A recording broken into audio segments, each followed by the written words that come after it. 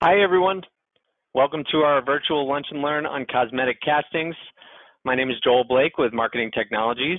We are a manufacturer's representative firm that covers the Western U.S., specializing in several areas of mechanical and electronic manufacturing, including cosmetic castings, which is our focus today. We found that many of our customers aren't aware that casting can be used to produce complex cosmetic metal parts in one piece. You compare this with machining, for example. You might have additional assembly and labor, or fabrication often has trouble achieving some sleek curved lines and surfaces that you might want on a cosmetic component. So we're going to show you today how casting can be that happy medium of achieving cosmetic structural metal parts. And also, not all casting foundries are equipped to produce high appearance parts, which is why today we've invited experts from General Foundry Service to educate us on what it takes to develop and produce a cosmetic casting. Thanks to all of our attendees for joining us today. We appreciate you taking time out of your busy schedules. And with that, I'm going to hand it off to my partner, Jim Whitney, to introduce our casting specialist from General Foundry. Thanks, Joel. Glad to be with you all today. In case you're new to Marketing Technologies, we're problem solvers. We bring OEMs manufacturing solutions for custom metal, plastics,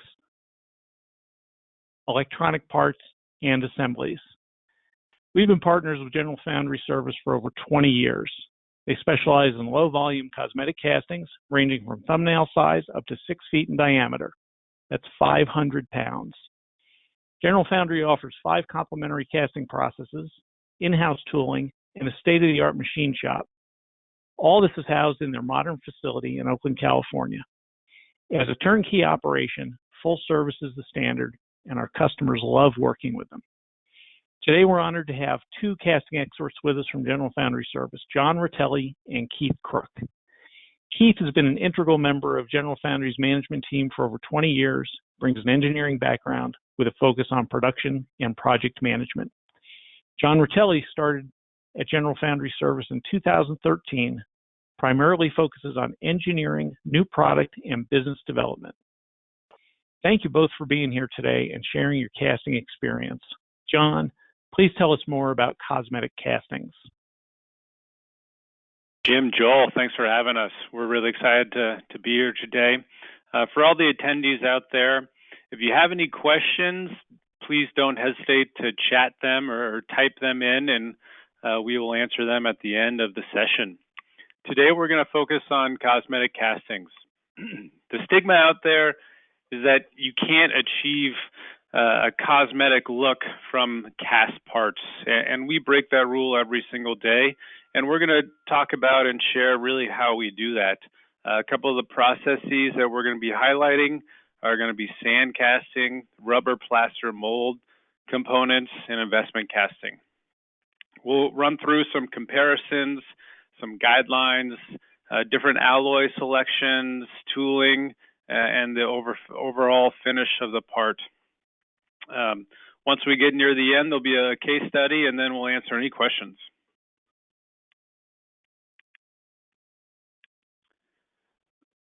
So all of the different processes that are on this chart can create cosmetic finishes. What sets casting apart really comes down to design freedom, the feel of the part, and then overall cost, total cost of ownership or cost of the parts. So with castings, you get quicker cycle times, you get that high quality feel in your hand. A lot of times in the marketplace, customers will tell me, oh, I don't want it to feel cheap, I don't want it to be plastic, something like that. And with aluminum castings, you don't get that. And then, of course, the cost effectiveness, lowering BOM counts, things like that, you get with casting. And then casting will allow you to create the most complex geometry of all 3 of these different options. We'll start with sand process. One of the major misconceptions out there is that the raw substrate isn't going to cause issues or be problematic for the overall surface finish. But you really want to start with as smooth a surface finish on the casting as you can. We're achieving that with a machine Renboard tool that's got some mold release sprayed on, giving it the gray appearance on the far left. In the middle, you've got the corresponding mold negative. Sand grit size is really going to play a big role in creating the surface finish of the raw casting. So if you're using anywhere between 100 screen size and 200 screen size, that will give you a nice surface finish to begin with. At the end of the day, all of our sand parts will have a 125 RMS, which goes a long way in reducing the overall cost and labor needed to create the part on your far right, which has been powder coated. Same thing with plaster. So those of you new to the rubber plaster process, we'll go through the video shortly, but as a quick overview, you've got a rubber positive. You're pouring a plaster slurry up against it. Instead of using sand cores, we're using a plaster core in this instance. Plaster will give you similar characteristics to die casting, 63 RMS, but a much lower entry point in terms of tooling cost and a much quicker speed to market. So that plaster mold half is extremely smooth, and it will allow you to achieve any surface finish that you want. In this instance, on the far right, it was a fine textured red powder.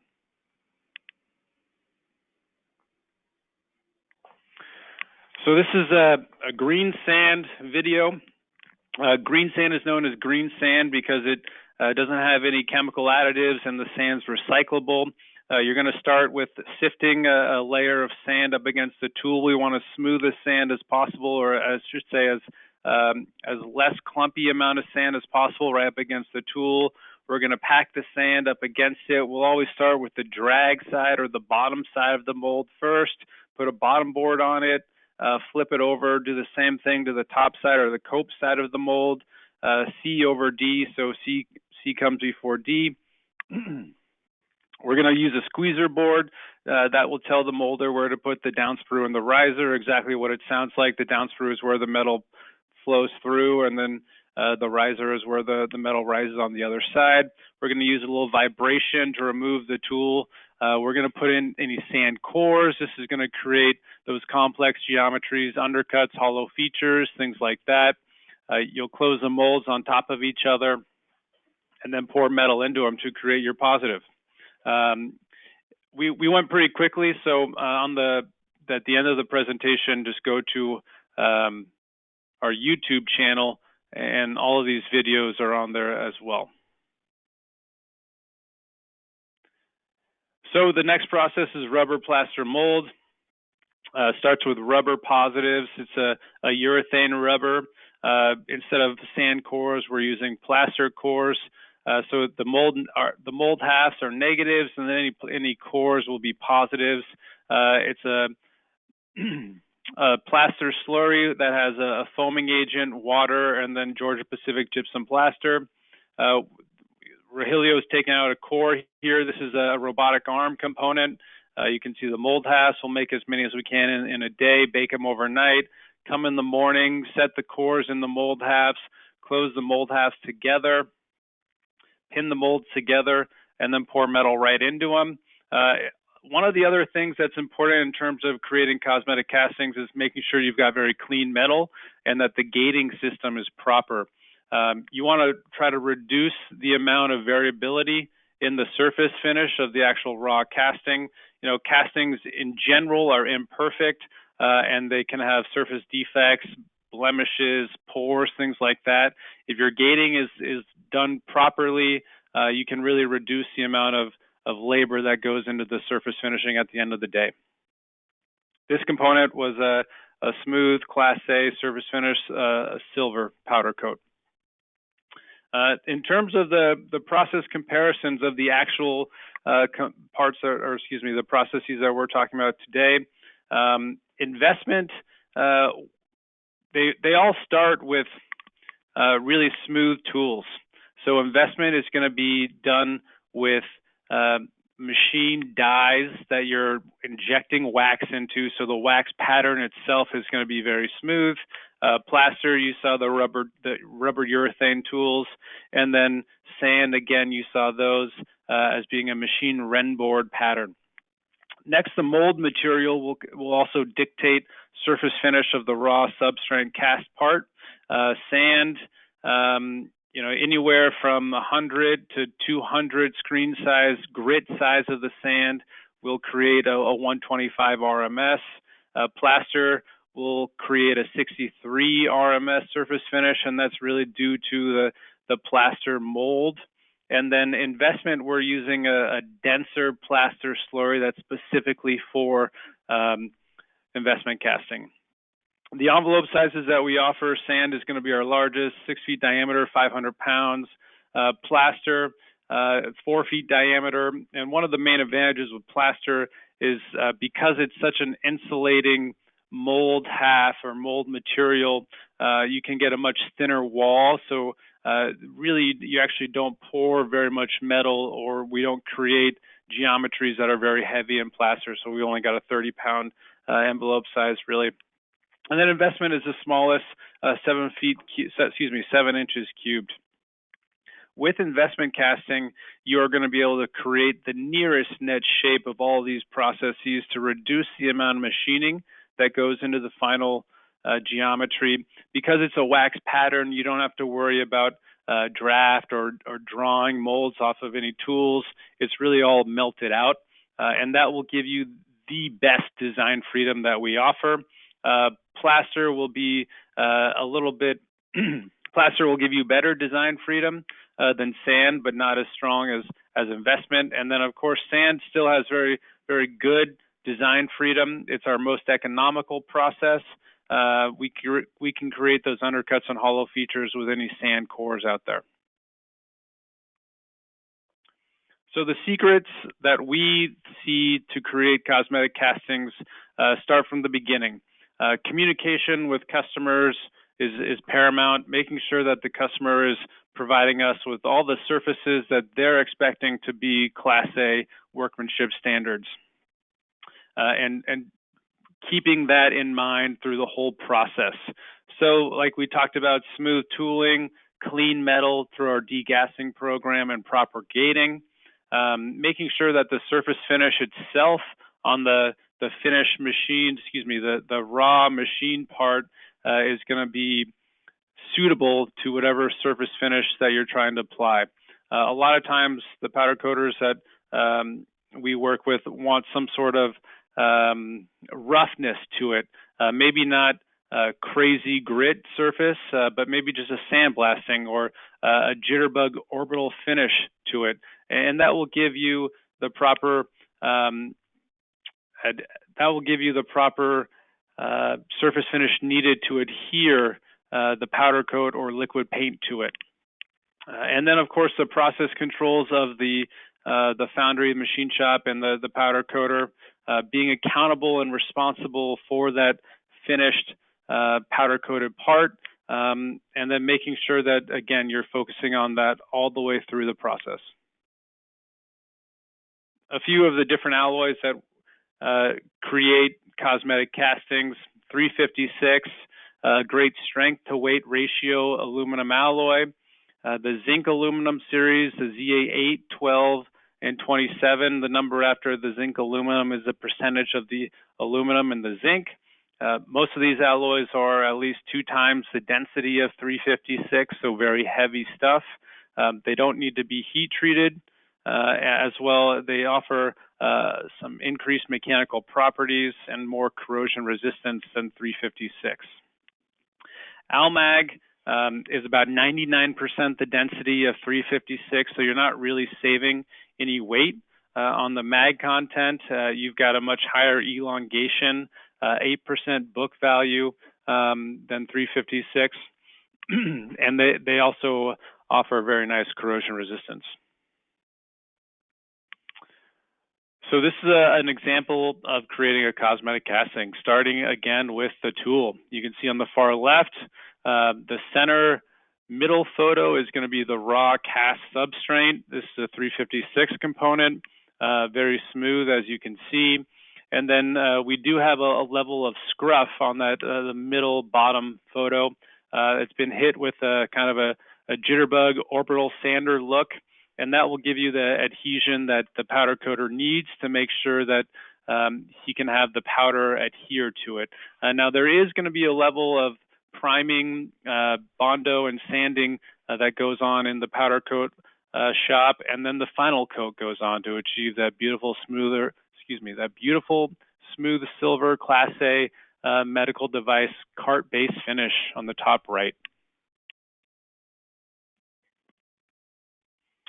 Same for plaster. Starts again with the tooling. This is going to be a robotics application. You can see the corresponding mold negatives on the left. Top right will give you the substrate, the raw casting, again a 63 RMS, similar characteristics to die casting, and then your fine textured white powder coat on the bottom right.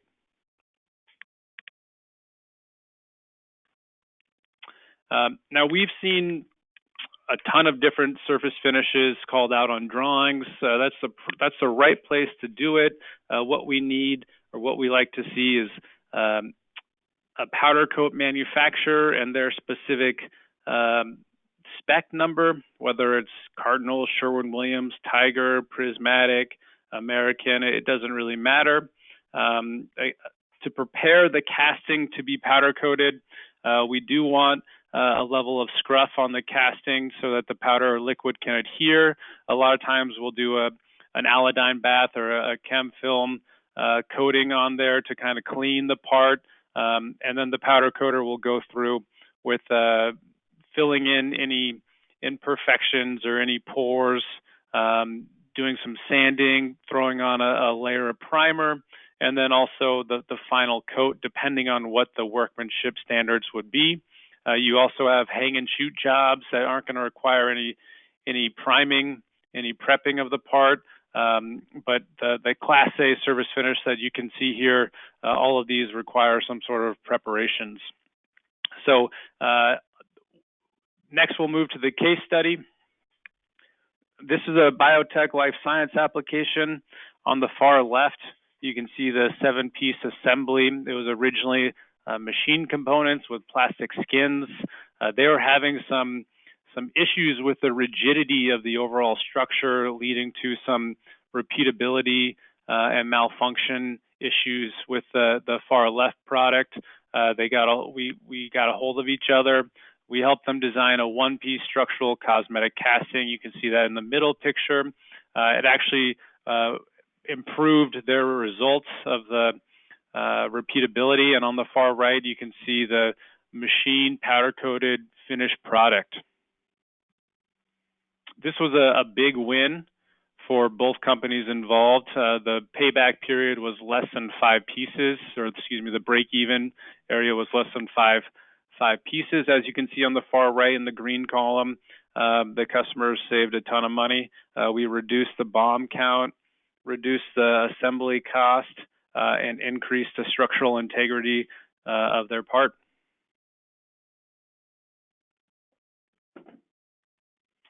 So to recap, different casting processes will give you the optimal balance of creating high value, high quality feel, low volume cosmetic components. In our quick turn rapid tooling, it's also important to point out that it's all positive tooling, so that we can modify the tools quickly with any customer iterations. You don't need to buy new tools, except for if you start messing around with the XYZ dimensions. Complex geometries really can be achieved in casting processes better than in machine components or fabricated components. It's a home run when you start looking at overall assemblies to reduce the BOM count, reduce assembly cost, and really provide increased performance.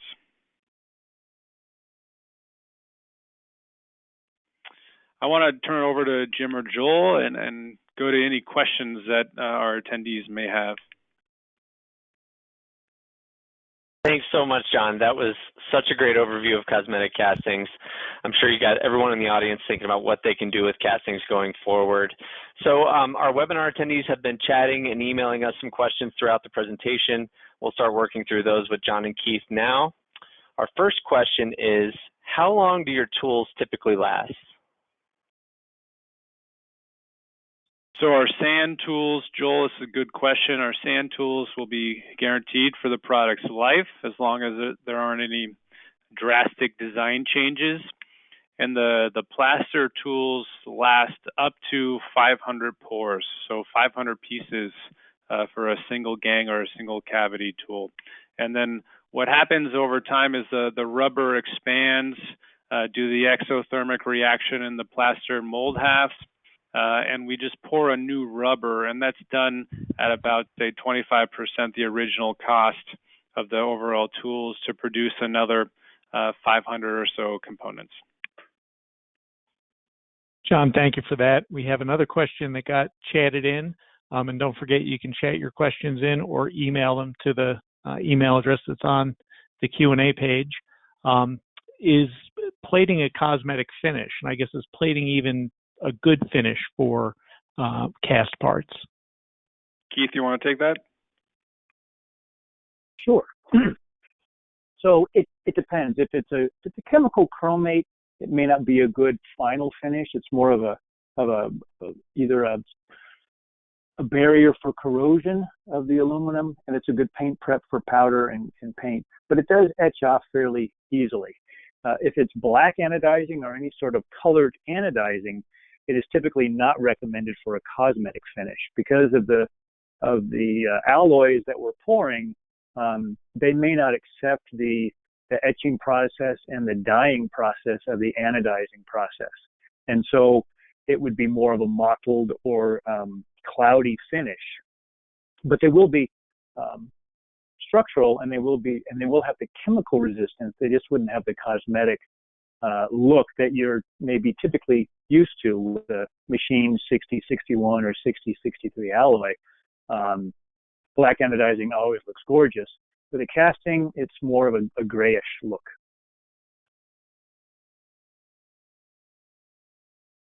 Great information, Keith. Thank you. Next question that has come in through our chat is, what sort of thickness can I expect for coatings on a cosmetic casting? And I've seen this come to play with customers when they're designing mating components and things like that. They have to be aware of the thickness of the coating. Yeah, we see that often as well, Joel. For Class A smooth silver components, we can see no more or no thicker than 15 thousandths coating. For, say, hang and shoot components, it could be less than 5,000. So it really just depends on what the application is, but no more than 15 thousandths coating thickness. Thanks for that, John. And the next question that came in is, can threads be cast in place?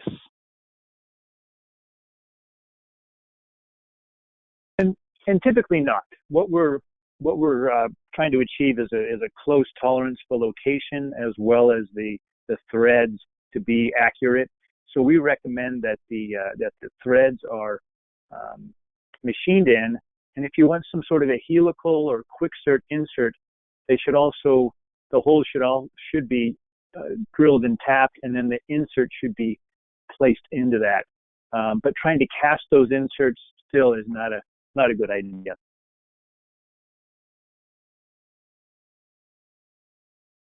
Perfect. Well, that looks like our last question from the audience. Again, we want to thank everybody for taking some time out to learn about cosmetic castings today.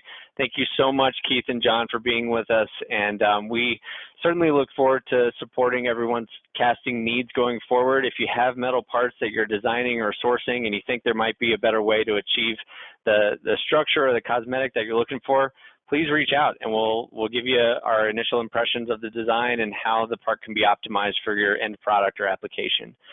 We will make the full recording of this webinar available on Marketing Technologies YouTube channel.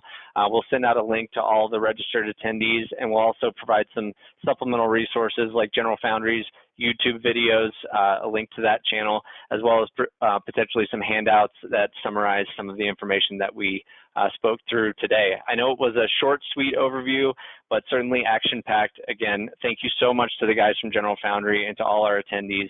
We look forward to catching up with you on all your casting needs. Absolutely. Hey, Joel, thanks for that. And we can set up a specific company-specific presentation, lunch and learn, DFM, with General Foundry. You can just contact us. A couple of resources. You can call us at 303-442-2222. You can email us at the email address that was shown on the screen, solutions@marketingtech.com. We're also on LinkedIn, as is General Foundry.